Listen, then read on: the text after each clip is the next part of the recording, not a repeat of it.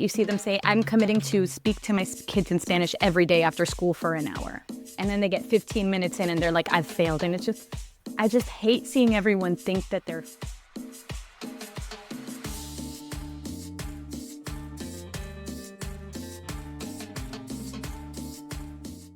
Hola, hola. Welcome to the Viva la Mami podcast. I am so excited to have Beatriz Rivera-Cruz.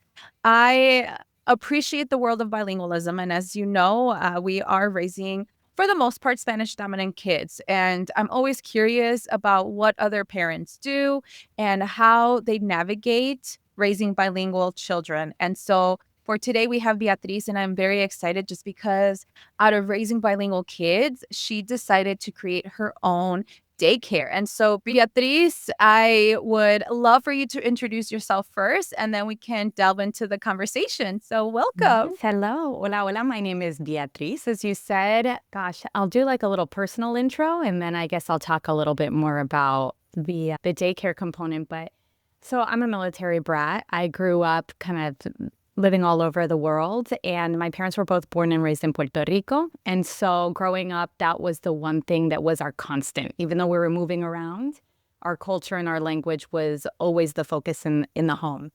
So me and my sister were very lucky in that way, that we had dos padres bien orgullosos, and they were like, doesn't matter where in the world we're living, en esta casa se habla español. And that was a gift. That was a gift that I didn't recognize until I was an adult. And so when I had my son in 2019, I just assumed that I was going to be able to do the same thing. En esta casa se habla español. I was a middle school Spanish teacher once upon a time, and so my Spanish has always been solid. My spouse doesn't speak Spanish. And so therein came the problem where by the time my son was 2, I was losing sleep about it. I could not find any Spanish immersion daycares in Southern California, where I'm living, in North County, San Diego. Really? Really. There are a lot closer to the border, but I'm a solid hour away from the border of Mexico and the United States. So I just assumed when I got pregnant that it would be easy. It wasn't. So by the time he was turning the corner to 3, I was getting the same comments in Puerto Rico from my mom, from my aunts and my uncles saying, ese nene no está hablando español. And I'm like, oh, no, here we go. Like, this is, I can't be it. I can't be the one that brings my kid home to Puerto Rico and he's not speaking in Spanish. So I had to do something drastic. And I was like, I'm just going to quit my job and start an in-home daycare, because if I can't find what I need, I'm just going to have to create it. And so that was in, I think 2022 is when I started the process. Chala Collective is kind of the umbrella. It's exciting because the long-term goal was always, well, we can provide Spanish immersion Monday through Friday for working parents. But what about the ones that are stay-at-home moms? Or what about the ones that, we're a little too far away from them during the week, but they want to be able to immerse their kids in daycare? So Chala Collective is like, this is the brand and this is the building. So we have our daycare, and then now we're also moving into evening and weekend events so that we can do like Spanish camps, Spanish labs, sensory sábados, like all kinds of events where it's like, just bring your kid. We want to serve babies, toddlers, and then also like elementary age kids, and say like, just bring your kids and we'll do all the fun things that you see people doing all the time in the community that are family friendly. The only difference is that todo lo que nosotros hacemos es 100% en español. I always like to tell people we don't teach Spanish, we teach in Spanish. And so esa es la diferencia, yeah. Esa es la diferencia. I love it. Esa es la diferencia, because we get a lot of American families that it's wonderful. They love the idea of their kids speaking Spanish. But sometimes they're mistaken where they think, I'm just going to drop my kid off and they're going to learn Spanish the same way that they would drop their kid off at piano lessons, or the same way that they would drop their kid off at karate. Be like, I'm just going to drop you off. You do your thing. I'll come back and get you. That's not what we're doing. Like, we're not doing flashcards. We're not doing vocabulary. We're not doing Spanish bingo. We are simply speaking to kids in Spanish and doing things that kids enjoy. And so that's why you either have to be very comfortable with your kid being fully immersed in a language they've never heard before, or we're really catering to people like us. It's like, we're speaking Spanish in the home. They're hearing Spanish from abuelita and from titi and from tío, or from, whoever it is in their family. This isn't a new language to them. It isn't a shock to them. but we're reinforcing it in comunidad so that they realize this is relevant outside of your home and outside of your family. There are other families just like you. There are other bicultural families, other bilingual families.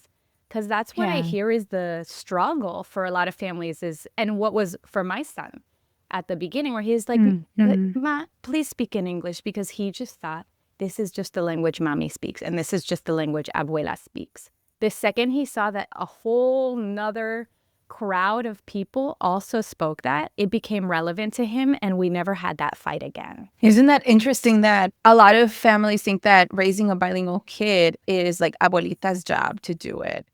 And that is it, oh, just put some movies up, whenever they're in abuelita's house, they'll be fine. Pero no, it's when you really think about it, raising a bilingual kid takes a community, a whole ass village. A whole ass village. Yes, a whole ass village. It also is the environment, right? Like, when you look at your library, if you have a collection of books at home, look at the books that you have. Are they in Spanish? Are they in English only? Are they a little bit of both, depending on your goal, right? So it is a lot of work that parents do in raising a bilingual child. Pero if that is your intention, if that is your goal, it can be possible. But it shouldn't just be just like a number of people, right? Like abuelita. It is a whole, like how you said, like a collective. It is a whole community of individuals so that the child feels like, oh my gosh, this language matters, right? This is important to my family. There is more than just like this little interaction that I have with mi abuela. And I don't know what your thoughts are, but I think that that is the premise of raising a bilingual child, in my opinion. I don't know what your thoughts are. Yeah. I mean, it's the difference. What I tell people is that for, like, let's say American families, speaking the language is the end goal. They can put it on their little, I don't know, in their college applications. You can brag about it at brunch that, Connor is bilingual. Great. But for Latino families, it's the beginning. It isn't the end goal. The language is that gateway to relationships with families, to being able to visit your heritage countries and have them be able to fully participate with their cousins sin tener el complejo de no saber español. And not only that, I mean, so my husband is gringo. Sometimes I'm listening to a song in Spanish, or sometimes there is like a documentary that I'm watching that is from Latin America. Y if I'm honest with you, me da pena con él, because I'm like, your world is half as big as mine. Maybe it might be even bigger because there's 26 Spanish-speaking countries, right? But I'm like, there's so much. I love my husband and he's so supportive, but I'm like, you don't have the breadth of like cultural understanding, and you also don't have access to all of these things that I have access to, right? Like sometimes I'm jamming to a Bad Bunny song and it just makes me chata, and I'm like, you don't get that. You don't get that. You're never going to get that. You have no idea what he's saying. And so I feel bad for him. And so I agree with you that it's like, this is about a community, and this is more than just a skill that a child has. Yes, it's a wonderful skill set, but it's a doorway into so much more that they get to enjoy and explore as adults. And the other thing too is that language is not something that's in isolation. Language is communication. Language is a community event, okay? It's not an individual sport. It's a team sport. So the goal should never be like they speak it and that's it, check the box. It's they speak it and now what do we get to do because they have access to this language, Yes. It's like that association. It's that identity, of being a Spanish language speaker. And within that, it's like your cultura. It's like the customs, the traditions, everything else that is within that hierarchy, I guess, of like being bilingual or Spanish speaking in this case. And I love that. I love it that it all is like connected to not just the language, but also other aspects of like who we are as individuals. I'm sure you probably have experienced this. I hear this often, but don't you feel like a different person when you're speaking in Spanish? Like your sense of humor is different. Even for me, the tone of my voice is different in the different languages. And like it's just different. I recognize it's like I'm multifaceted there. And now as an adult, or even as a teenager, it was all very compartmentalized. I think that's why it felt very much like I'm two different people. Now, as an adult, I'm trying to say, like, I'm not two different people. I'm the same people, but I have different dimensions, and I'm trying to intertwine them as much as possible and interconnect them more than they were before, and share more of my culture, especially when I'm in a mixed space. But yeah, like, and I want that for my kids. I want them to be like, oh, here, okay, I'm American here, but when I'm in Puerto Rico, like, this is also who I get to be. I get to be more than one person, if that makes sense. Yes. When it comes to raising bilingual children, what surprised you the most about raising bilingual kids over the past, I don't know, 5-6 years since your first was born? Yeah, that's a great question. I think nothing really surprised me about the kids. I think I already knew, having taught middle school Spanish and just, I don't know, living, that I'm like, kids are awesome. Kids are curious. Kids are so adaptable. So none of that was what surprised me. The biggest surprise for me came for how my opinions have been shifting. I was so rigid when my son was born. At first, I told my husband, like, I don't want you to speak any Spanish, because if you're not speaking it correctly, I don't want him to be exposed to, like, broken Spanish. My opinion has changed on that. When my husband started to practice his Spanish, number one, his Spanish has improved.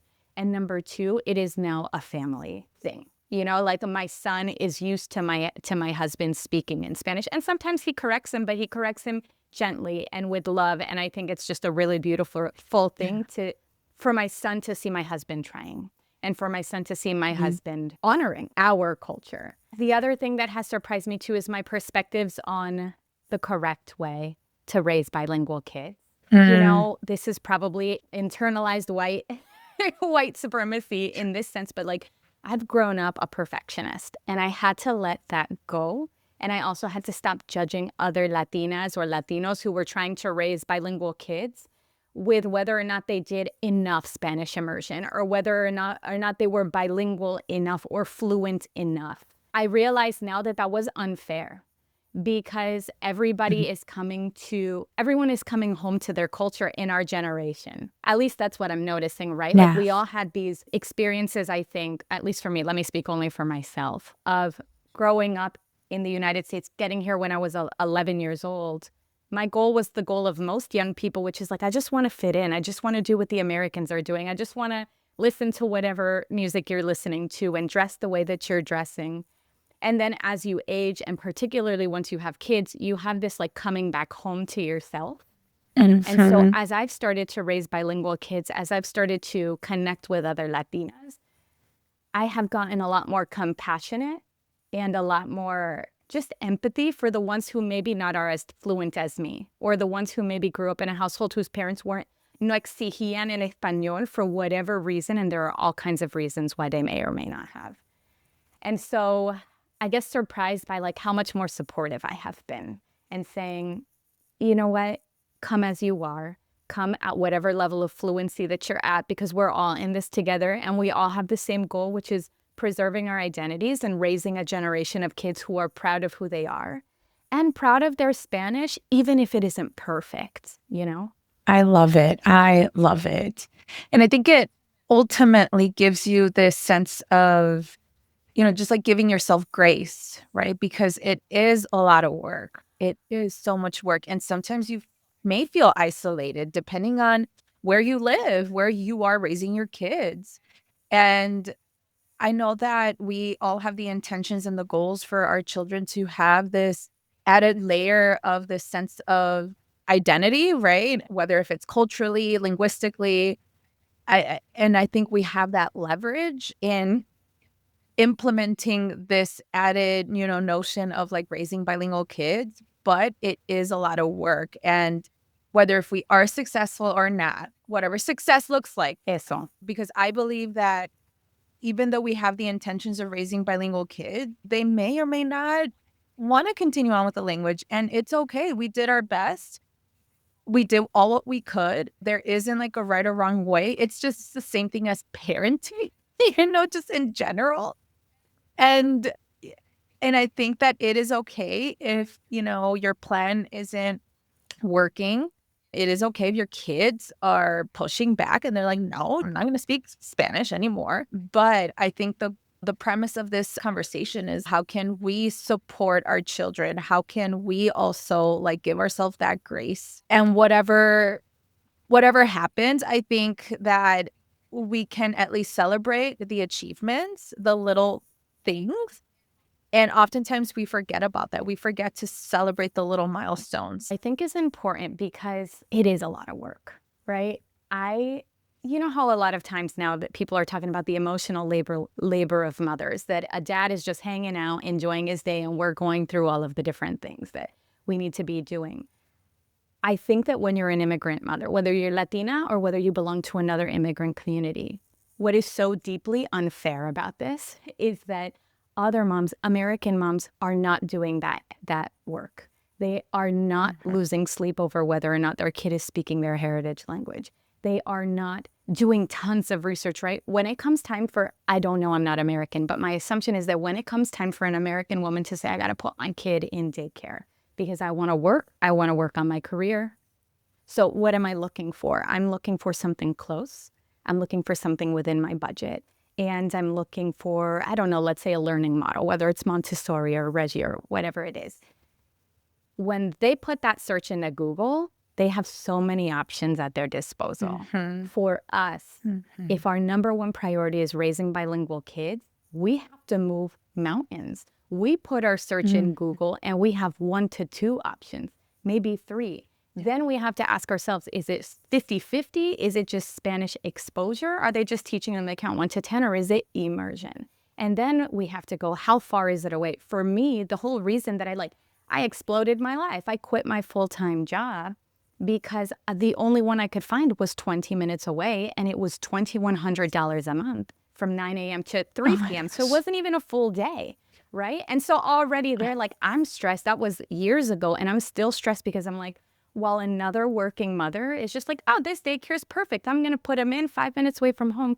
I'm asking myself, okay, they open at 9, but I start work at 8. Is it possible that I can move meetings around? Is it possible that I can start working at 5, clean up my inbox, like do certain things, take a break, take my son to school because it's the only Spanish immersion in town?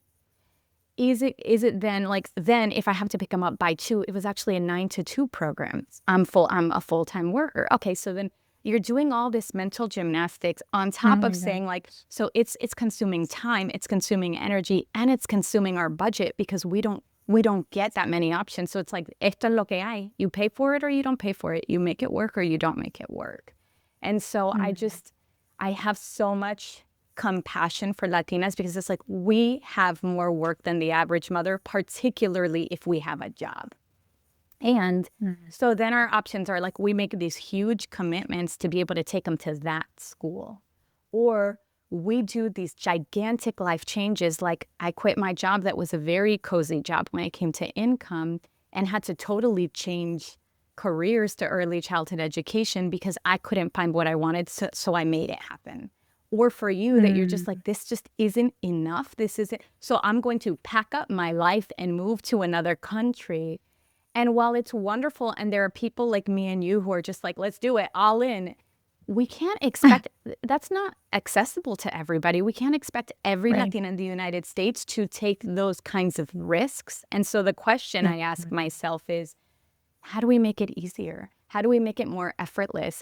Wouldn't it be amazing if we lived in a world where a Latina said, I want to raise my kid bilingual, and she threw that into Google and she had 5 schools nearby that she had to choose from. And that's just not the world that we live in, which brings me all the way back to what you're saying is like, we have to then create this village. We have to create this community. We can't all be martyring ourselves and feeling like the burden and the responsibility is solely on our shoulders because the world is not set up to support us. I think the ultimate goal is to not feel isolated, to not feel like you're doing this alone.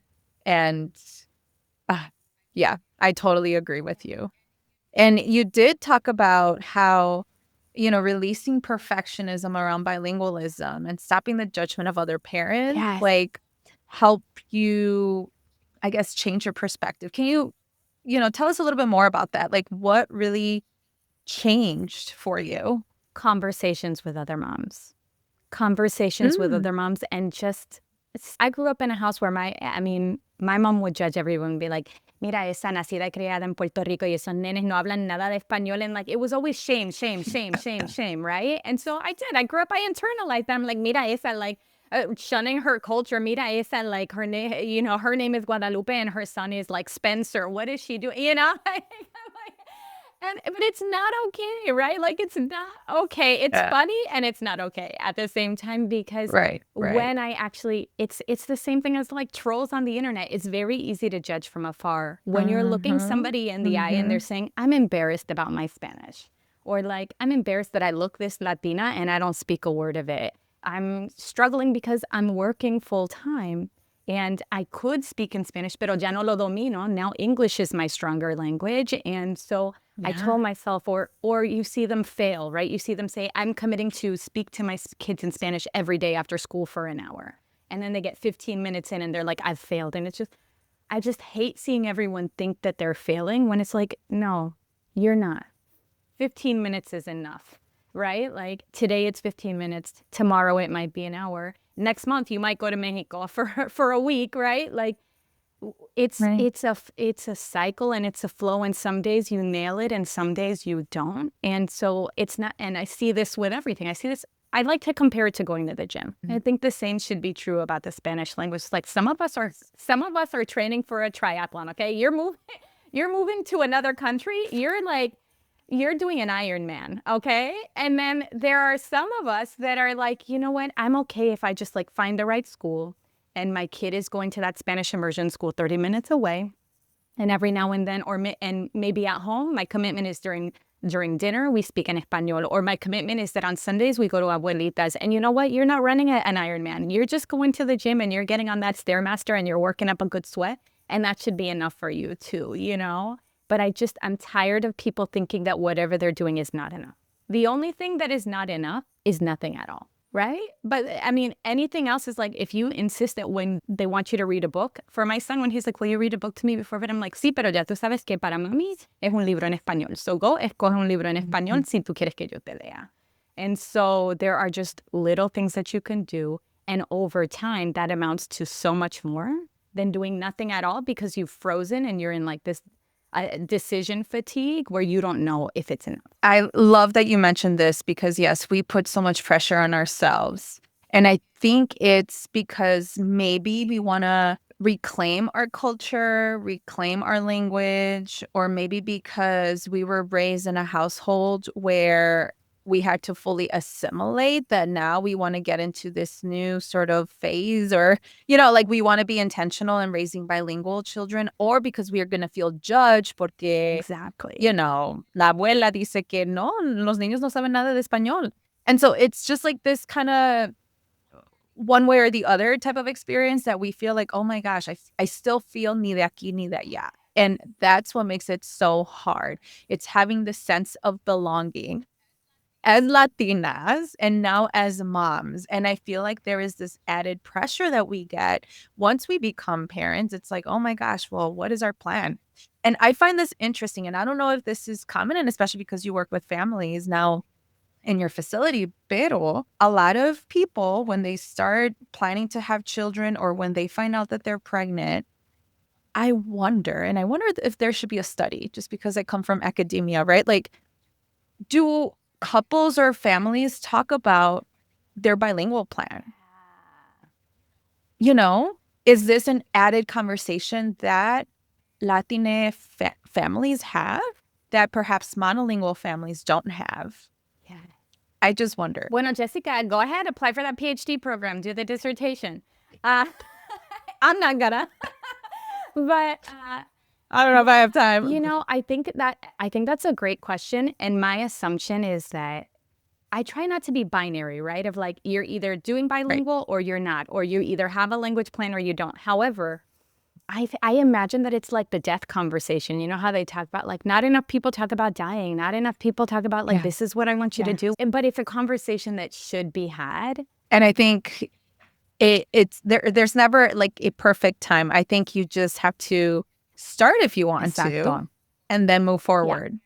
And, and then this essence of like the environment and community and having a village, right? Like, I think you are creating this for many families in your area, which I think it's amazing. And I'm honestly just like surprised that are you like considered the only bilingual daycare in your area? I'm the only infant center, yes. I am the only Spanish Wow. immersion center in North County, San Diego that takes children under the age of 18 months. So the one I sent my kid Wow. to is 20 minutes down the road. They only take 18 months and above. So, which is Mhm. wild to me because even though they're not speaking from 0 to 18 months, 0 to 3 years is the crucial window. Like it is the Oh, best yes. time. So, yeah, I'm the only one, at least in my city for sure, and in like the Tri-City area. So I'm in Vista, California, and then we've got Oceanside, San Marcos, and Carlsbad. So there's like 4 that are all bundled. And from what I can see, I'm the only one Mhm. who takes babies and does 100% Spanish throughout the day. Yeah. It's Wow. crazy. Wow, and it is, like, you're in California, like, especially Southern Cal Like, it's good for business, but I don't take pride in that. I'm right. like, I should not be the exception. This is insane. There should be other people Yes, oh my doing this. What are we doing gosh. here, you all? Right, right. And I think it's telling, right, that maybe for the systems that are built, bilingualism isn't a priority. When in fact, like everywhere else outside of the United States, like being a multilingual person, like truly It's an matters. expectation. It is. It is. And wow. And so let's talk about Chala Collective, which I love. So can you tell our listeners a little bit more about it? You added a little bit of an introduction, but just so that our listeners have a better idea, can you tell us what it is? If I had to sum up Chala Collective, it would be that we are a community of padres Latinos who are committed to preserving our Spanish language and our heritage cultures, both at home and in comunidad. Like that would be it in a nutshell. And for those who are local, it means that they can participate in all the great events that I have to offer, right? And if they're not, I think it could be, you can admire from afar, you can see what we're doing, and quite frankly, you can replicate it in your town. Like my grandmother has this, well, she passed away, but we still visit her house, and my mom owns that house actually. And so when we go, there's this little keychain that I love to see that says, Si en esta casa falta algo, no lo diga, tráigalo. And that's what I tell Mm, Latinos as well. Is like, yeah, we can spend all day admiring the problem and pointing out what's missing. Y también, if you notice that something is missing, bring it. Like bring it to your community, yeah. find ways to create it where you're at. Yeah. And you mentioned how, like, your kids' relationship with Spanish your just changed everything for your family. And so, what does that tell you about the power of community in language learning? I think what it shares for me is that like modeling is everything, exposure is everything.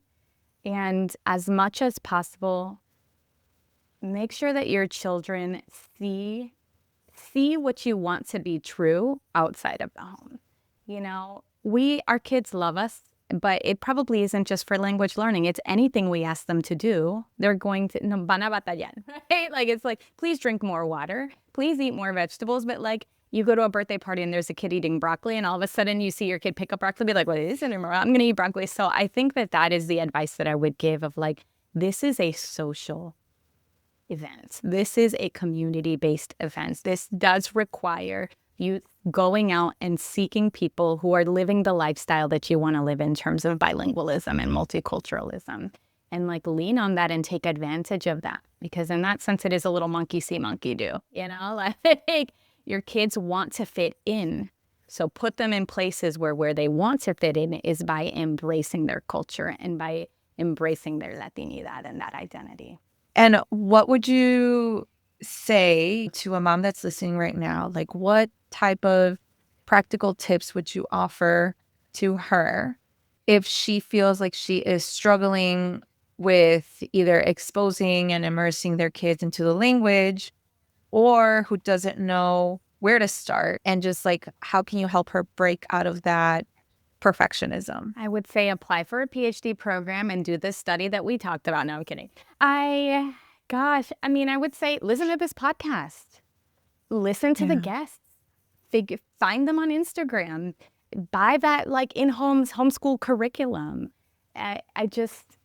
You've just got to make a plan. The same way that if you were to run a half marathon, can you tell I'm a long distance runner and I like the gym? All my analogies are about that. But like you're not gonna say I'm running a marathon and do it tomorrow. You got to get your training plan. You're gonna go read your book. You're gonna like change your diet. You're gonna start by walking 30 minutes and like treat it the same way. Like set an end goal that's realistic. Break it out into chunks and just do it. Is that too vague? I mean, I also think that everyone is so different. And so like what's going to be possible for you, it may not be possible for another person, right? Like I can't just tell people, get a passport, get on a plane and spend $1,000 once a year or $5,000. I can't tell people to do that. Like you gotta do what works for you, what's within your control and what's within your budget, to be honest. But I think there's plenty of free things that can be done if you're scrappy. But, it requires energy. It requires energy and it requires time that unfortunately is our burden living in the United States of America. Yeah. Oh my gosh. Especially in today's times. Yeah. But this is telling that there is a community of other mamas and parents in general, right? About their intention of raising bilingual children. And I think it starts out by like, just like reflecting and understanding like, okay, what is your goal? What have you and your partner, if you are in a partner relationship, agreed with? And it's never too late too. Like a lot of moms that I often interview, it's never too late to raise a bilingual child. No, I actually just met a couple that came to tour my daycare a couple days ago.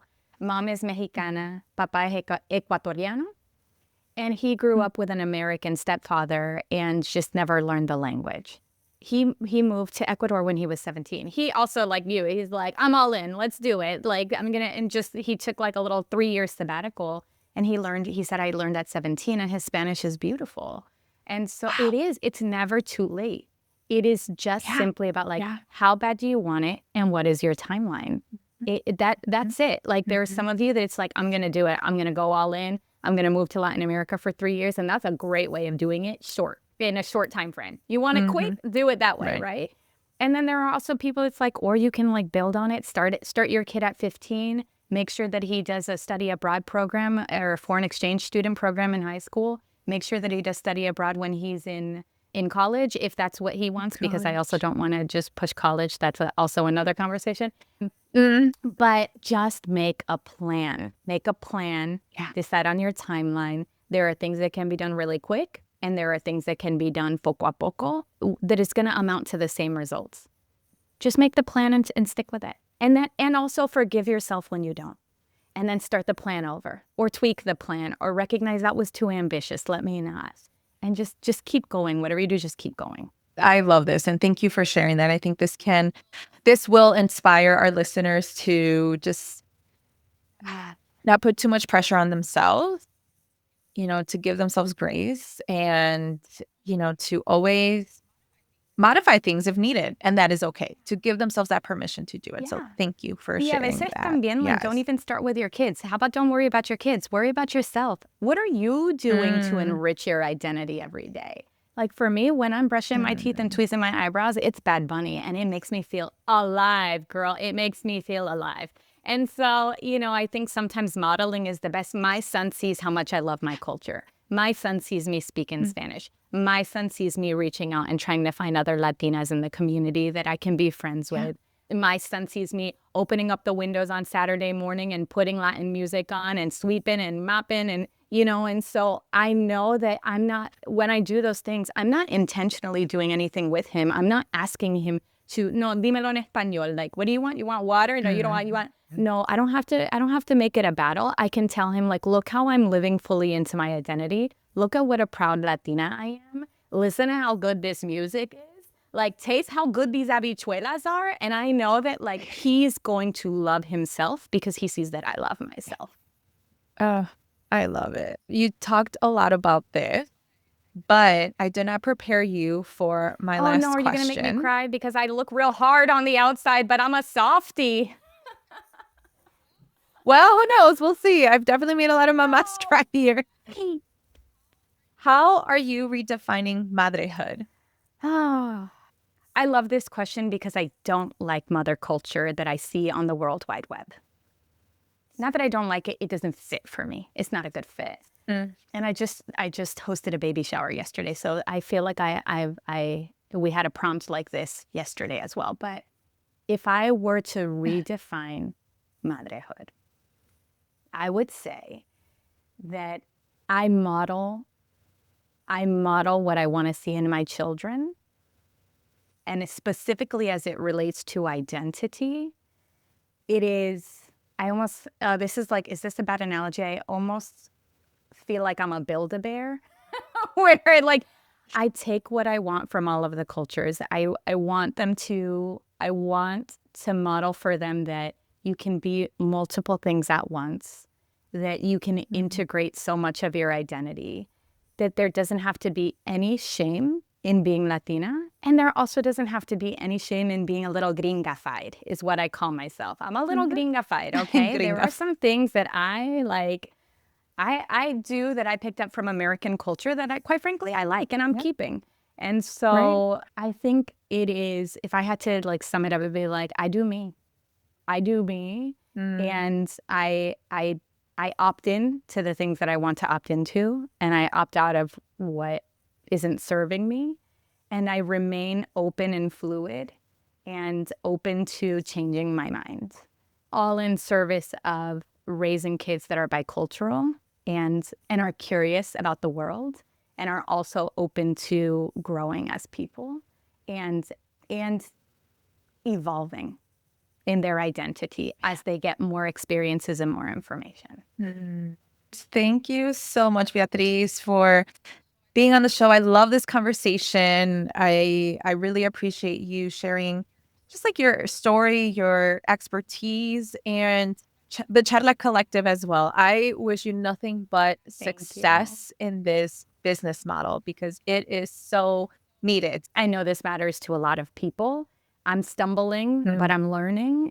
And where can people follow you? How can they connect with you? I would say you can follow me on Instagram. That's probably where I'm the most active. I'm so reluctant to get on TikTok and all those other things, but I'm sure at some point I'm going to have to. But everything is at Chala Collective, Facebook and Instagram, or you can just email me at beatriz@chatlacollective.com and I'll answer. I'm a real person and I love talking about this. I could talk about this all day long. So just reach out. Oh, yes. Oh my gosh, Beatriz. Well, thank you so much for being here. I really appreciate it. And like I said, I wish you nothing but success and luck. I think that this is a great opportunity for, people to support you and follow you and in your journey, not just like as a business owner, but also in your parenting, right? And your experience in parenting and raising bilingual children. So thank you so much for being here. This has filled my cup up, and thanks for spending time with me. This really made my day. This was great. Thank you.